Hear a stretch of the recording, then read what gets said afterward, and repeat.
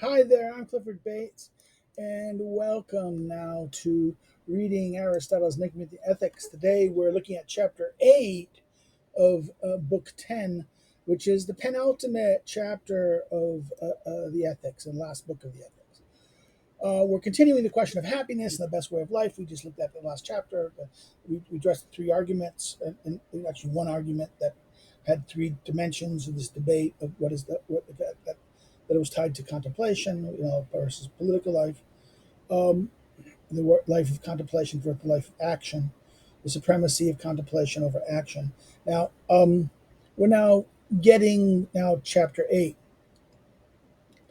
but the life that accords with the other virtue is happy in the secondary way. So, therefore, in other words,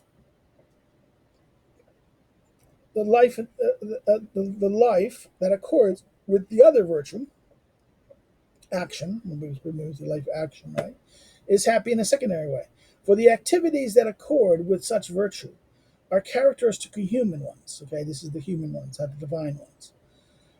It is in relation to one another that we do what is just, courageous, and whatever else in accord with the virtues, by observing closely what is fitting for each person in contracts, necessary services, and all other actions, and all manners of actions, as well as in matters concerning the passions.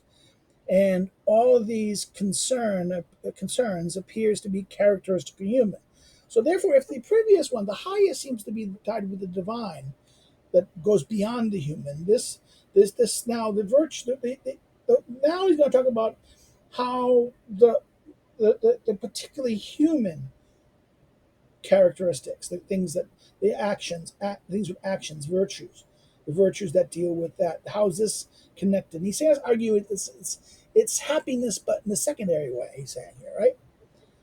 Some of them seem to, some of them seem even to result from the body, and the virtue of one's character seems, in many respects, to be closely bound up with the passions. Right? This is tied to the body and tied to the passions. So the virtues are tied with the passions. The passions will, pleasure seeking and also honor seeking, and these kind of passions, right? Prudence too is yoked to the virtue of one's character. Prudence too is yoked to the virtue of one's character, and it to prudence. So therefore, prudence itself, the virtue, and the prudent person, the prudent action, activity. And if in fact the principles of prudence, the principles or thing of the things that define prudence, are in accord with the ethical virtues, the ethicae virtue, and what is correct in the ethical virtues accords with prudence, right? This idea that these are two tied to each other. Prudence, for phronesis, and ethicae are kind of fundamental. The virtues of ethicae are kind of fundamentally connected to each other in that sense. Um, these virtues, moreover, in being knit together with the passions, would be concerned with what is composite in us, and the virtues of this composite thing are characteristically human.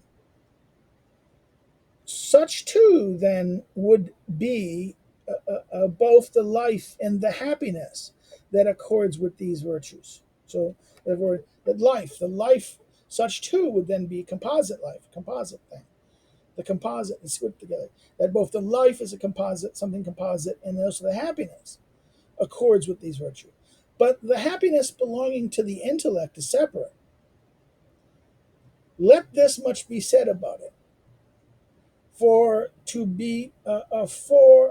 be very precise about it is a task greater than what has been proposed. In other words, he's copying out here. In other words, the question here is beyond what we're proposing here.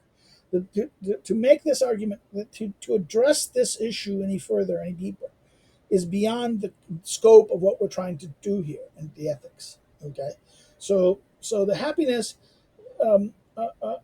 but happiness but the happiness belonging to the intellect is separate. And let us say this much about it. Let us say this much of it, that that's the difference. It's a separate thing. It's something completely, and it's beyond the scope of what is being proposed here. Contemplative virtue, the virtue of the contemplative, um, would would also seem to need little in the way of external equipment, or less than does ethical virtue. In other words, you need little of equipment. In other words, you don't seems less, doesn't seem to need. It seems to need little away of eternal equipment. In other words, the competitive virtue doesn't need as much external equipment as does moral virtue.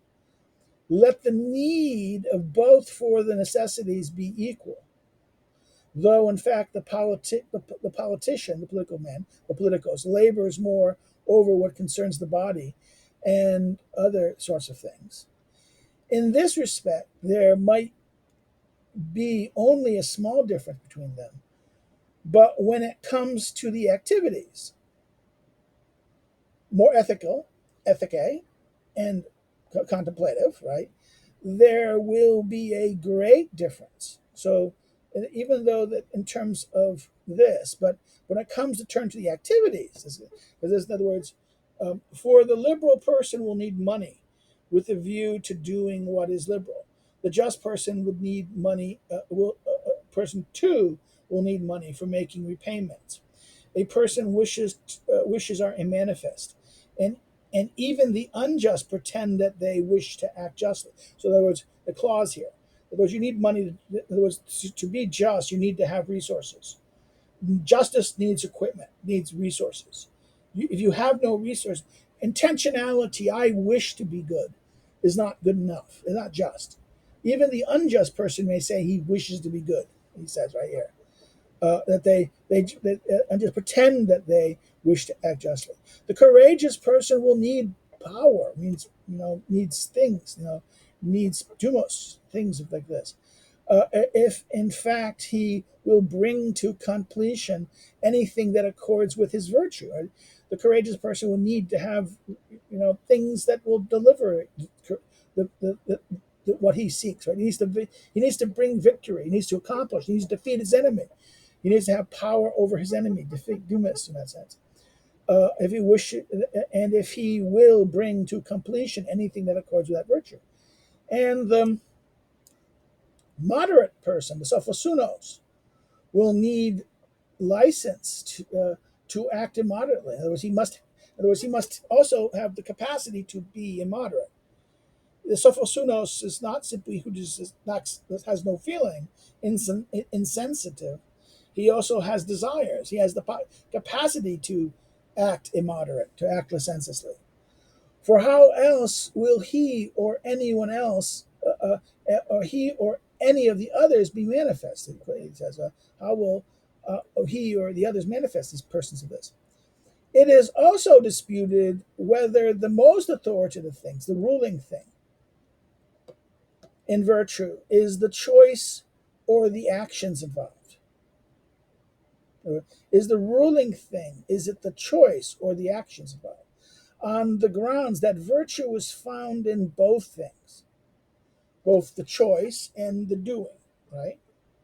The choice and the doing, the action of both things are found on the grounds that virtue is found in both things. Indeed, it is clear that the completed thing would be found in both, right? Both the thought, the choice, and the doing. But with the view to actions, much is needed. In other words, when dealing with actions, in view of actions, much is needed. And the greater and beautiful, most nobler, the middle ground, the more beautiful and the nobler the actions are, the more things would be needed. In other words, the greater and more noble the actions, the more things, the more necessities are involved to do them. We need it. But for the person who contemplates, there is no need of any sort of these things, at least not with a view to the activity itself. So contemplation doesn't have any need. The greater activity, the mere contemplation doesn't need the external things. Okay, and he says with the activity itself. Rather, such things are even implements, impediments. Sorry, not implements, impediments. In other words, these great things, these material resources, these pleasures, these other things, these may actually be impediments to being able to contemplate. Um, as it were, when it comes to contemplation. But insofar as he is a human being and lives together with a number of others, he chooses to do what accords with virtue. In other words, he is still, even though the contemplative person, insofar as he is a human being and lives together with a number of others, he chooses to do what accords with arete, virtue. He will need such things then, with a view to living as a human being. In other words, he will need such material resources. Even though he's contemplating, he's still going to have to live with others, and he's going to have ethical, virtuous actions. It has to interrelate with them, and therefore, what accords the virtue. He will need such things then, with a view to living as a human being. Now, 32 is a very interesting thing. The phrase translates the verb arethafine, arethafunestai, arethofunestai, which may suggest living as a mere human being, as distinguished from a god or divine being, right? This is why this is a weird thing in the passage, as a mere human being. In other words, he has to live with others in that sense. This is that weird that this contemplative creature is semi-divine, and he has to live and act as a mere human being, not a god. But that complete happiness is a certain contemplative activity. Would appear also from this. We have supposed that the gods especially are blessed and happy. But what sort of actions ought we to assign to them? Just acts? Or will they appear laughable as they make contracts, return deposits, and do anything else of this sort? In other words, will the gods are blessed and happy, but in terms of actions, will they do just acts, or will they appear laughable when they make contracts, do these things, honorable things? What about courageous acts? Right, this is that weird. Editors have put Lucana in the text here in positive emanations. We translate the reading of the manuscript. They're putting this in. In other words, this is like, oh, what is going on here? In other words, what about courageous act? Do the gods endure fighting things and run risks because doing so is noble, beautiful, kalos? In other words, do they gods have courageous? I mean, do the gods have something they fear? Because courage is the responding towards fear. Can gods fear? Right? That's that. Or liberal acts. But to whom will they give? And it is strange if they too will have legal currency or something of this sort. In other words, they have currency, legal currency of this sort. And what would their moderate acts be? From the gods. Moderation from the gods? How can you be? Or is the praise? Or is the praise? They do not have base desires, a crude one. All that pertains to action would appear to those who go through it pretty unworthy of gods. In other words, the realm of actions, the realms of praxis, praxises, realm of actions, seem to be unworthy, seem to be petty and unworthy of gods. Yet all people have supposed that the gods are alive, at least, and are therefore active. So we all people suppose that the gods are alive and at least they're for active, right? For surely one does not suppose that they are asleep, like Endymon. Endymon, this is a handsome king, beloved of the moon. Endymon is said to have slept everlastingly, perhaps as a result of Zeus' gift, right? Handsome king, beloved by the moon. Endymon is said to have slept forever, right? This is that, unless like Endymon, is that we suppose they sleep like this? For so for one who is living, when he is acting, is taken awake, and still more, he is making something. What remains except contemplation? But only, in other words, he's living, he is acting, and when his action is taken away, he can't act. Someone who's living but can't act, and is still more his making of things. He can't act and can't make, and the only thing that is he can do is contemplate. As a result, the activity of the God, because it is superior in blessedness, would be contemplative. So in the case of the human activities, the one that is most akin to this would be most characterized by happiness. So, in other words, regarding human beauty, the one that comes akin, close to this, akin, close, similar. Akin means like so similar to it, right? Most akin to this would be as happiness. So, it's, in other words, happiness for humans is not being the God. It's the activity that is akin, similar to what the God does. This is happiness. A sign of this is that the rest of the animals do not share in happiness. And the rest of them do not share in happiness,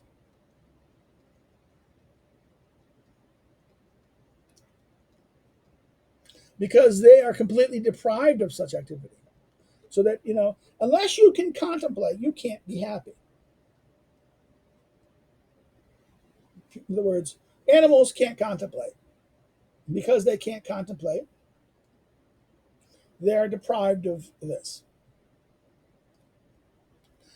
For to the gods, life as a whole is blessed, but to human beings, it is blessed to the extent that something resembling such an activity is available. So therefore, in other words, you have to be able to participate in it.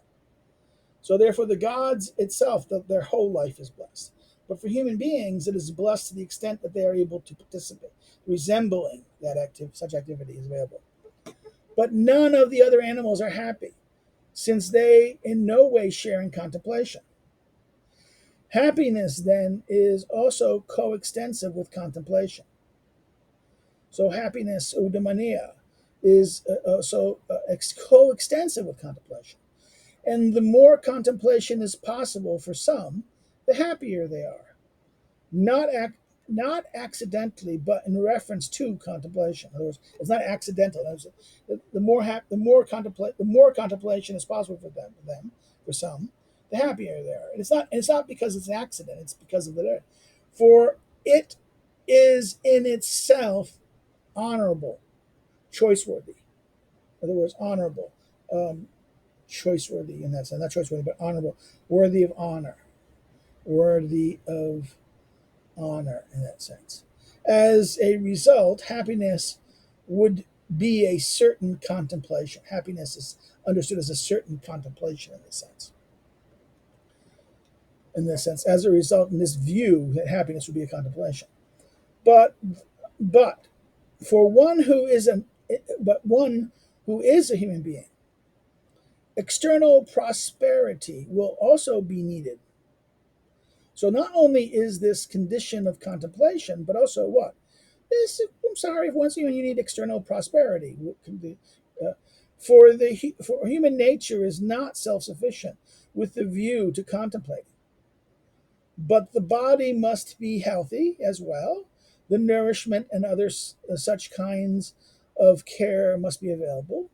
Yet one ought to not suppose, at least, that he who will be happy will need many things or great things just because it is not possible to be blessed in the absence of external goods. In other words, yet one ought not to suppose that he who will be happy will need many or great things just because it is not, but just because it's not possible to be blessed with the absence of external good. For self-sufficiency does not consist in excess. And self-sufficiency does not consist in excess, nor does action. So self-sufficiency does not mean excess. It means that you have what you need. And as action does not do an excess either. It means doing. It is it being possible even for someone who does not rule land and sea to do noble things. You don't have to have everything. You don't have to rule over all land and sea to do beautiful things, noble things. Kalos, right? Kalos, takaloi, takala. In fact, someone would be able to act in accord with virtue, arete, even from measured means. In other words, measured means. You can be still virtuous even if you don't have to have excessive means. Measured means, means enough means. Means that you have enough. Not that you're not measured. I mean, yeah, I think measured. I think mesos. I think the word is mesos here. Has enough in that sense, right? As it is possible to see this plainly, because private persons seeming to act decently no less than those in position of powers, rather they seem to do so even more. So therefore, this is this clause. It is possible to see this plainly, since private persons seem to act decently no less than those in positions of power. Rather, they seem to do more so. Private people tend to be more measured because they use their own resources. Where the political man, the public man in power can take others to do it. Right? That's the danger of the power ruling. And having this much available is sufficient. In other words, having enough that you're able to be for the happy life will belong to someone who is active in accord with virtue.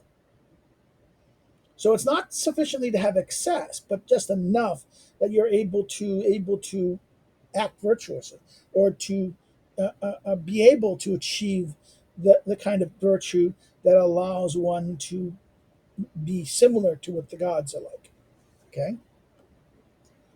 Solon too, in a like fashion, beautifully or nobly affirmed that who the happy are, when he said that they are those with a measured amount of external equipment, who have done the noblest or beautiful things, the noble or most beautiful things, as he supposed, and lived moderately. The phrase "as he is supposed" is questioned by some editors, but we do this. Solon is settlement is considered at Herodotus, book 1, line 30, right? He supposed and lived moderately. It is possible for those who possess a measured amount of equipment to do what they ought. It also seems that Anaxagoras too did not suppose the happy person to be rich or politically. Anaxagoras too did not suppose that the happy person to be rich. By rich, it means euphoria, or politically powerful, when he said that it would be nothing to wonder if such a person, who is neither rich nor powerful, should appear strange to the many. In other words, Anaxagoras said that he did not suppose that the happy person to be rich or powerful, when he said that it would be nothing to wonder at if such person, who is neither rich nor powerful, would appear strange to the many. For they, the people, judge by external things, because they perceive only these. So the many only judge things by external things, and therefore they think more the better, right? But that's not the case. It's enough. So the opinions of the wise seem to be in agreement with the argument developed here. In other words, adduced, adduced here, developed here in that sense. Such considerations, then, foster a certain conviction. But the truth in the matter of action is judged from deeds and from life. For it is in these that the authoritative or ruling consideration asides. In other words, it's not just merely opinions, but doing. Therefore, for considerations then foster a certain conviction. But the truth of these matters of action are judged from deeds and from life, how one live one's life.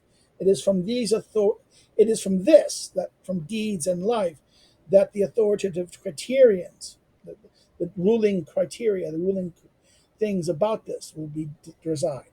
One ought then to examine what has been stated previously by applying it to the deeds and to life. In other words, we should we should examine this whole issue by examining what has been said previously about happiness and about these things, this to deeds and life, and should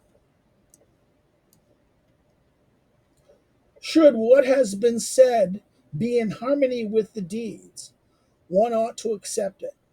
But should it become discordant, one ought to take the remark to be mere speeches. Careful. Look at what the speeches we've said about this. We should judge this by life. We shouldn't judge it by the speeches. It's very interesting. Everything we've discussed about happiness here, we need to apply it to living and life. And what is it even line even better than that? It's deeds and from life. And what he says it should be that we should that what has been said in harmony with deeds and how we live, right? Our actions in that sense, the way we live our lives, one ought to accept them. But if it's in discord, then one ought to take these remarks as this mere speech, mere speeches. The truth is found in the pudding, right? The doing, the living. Whoa! Okay? We should judge by the outcome. Is it outcome? Yeah, the living, the deeds, and the outcome. But the person who is active in accord with the intellect, or the person who is active in accord with the intellect, nous, who cares for this and is in the best condition regarding it, also seems to be the dearest to the gods, beloved of the gods. The phrase dearest to the gods is the single Greek word theophilastos. Theophilastos. The beloved of the god, the dearest of the gods. The one that leaves it unclear whether there is one or more gods in question. Dearest to the divine is another translation. Right? Dearest to the gods. In other words, the one who's in the best condition regarding this question, that he's in other words, the one who is active in accord to intellect, who cares for this, living well, being happy, and is in the best condition regarding it, right? The outcome of this. This would be the dearest of gods. For if there is a certain care for human beings on the part of the gods, as in fact there is held to be, if the gods do care about us as we believe it to be, right? It's held to be. It would be also remarkable for the gods to delight in what is. It would be reasonable for the gods to delight in what is best and most akin to them. This would be intellect, and to benefit it in return, those who cherish this above all and honor it on the grounds that these latter are caring for what is dear to the gods, as well as acting correctly and beautifully. Kalos, right? Kalos. Nobly. Kalos. Beautifully, nobly. So in other words, what are you saying here? that it's going to be that this is the most, if you're engaging in doing the virtue of the mind, the intellect, you're caring for the intellect. You are, you're doing what? You are cherishing above, in other words, that you are um,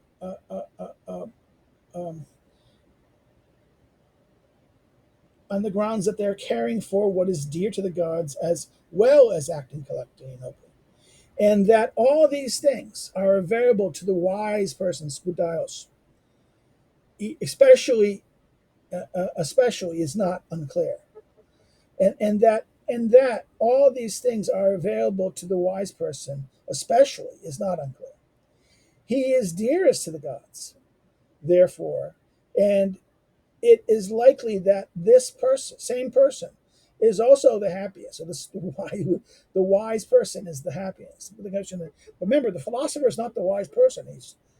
So, as a result, in this way too, the wise person would be especially happy. In that sense, this is, and perhaps in this way too, the wise person especially. In this way too, the wise person especially would be happy. This is the two way you can translate these things.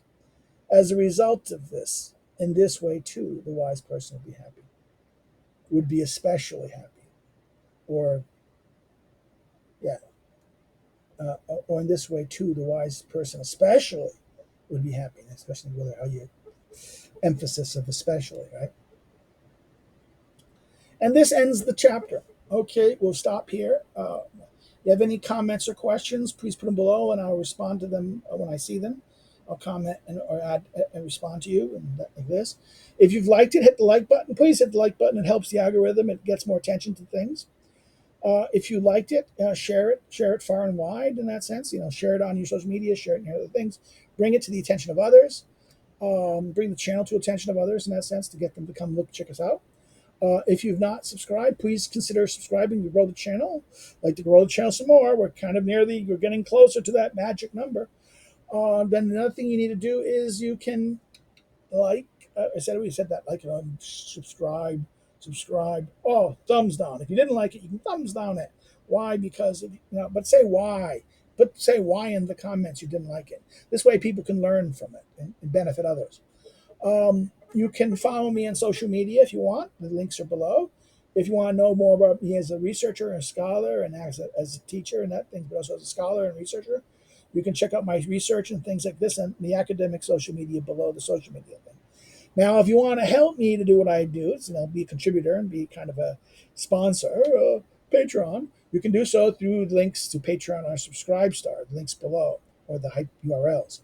Another thing you can do is you can also want to help me another way. You can buy one of my books. The books that are currently available are listed below. You can order them either through your local bookstore or through an online bookseller like Barnes & Noble or Amazon, or through the publishers directly. And that's the way you can help. Now that's it. Next time we meet, we finish the last chapter, chapter 9, which finishes the ethics. Well, take care and have a great day. Bye-bye.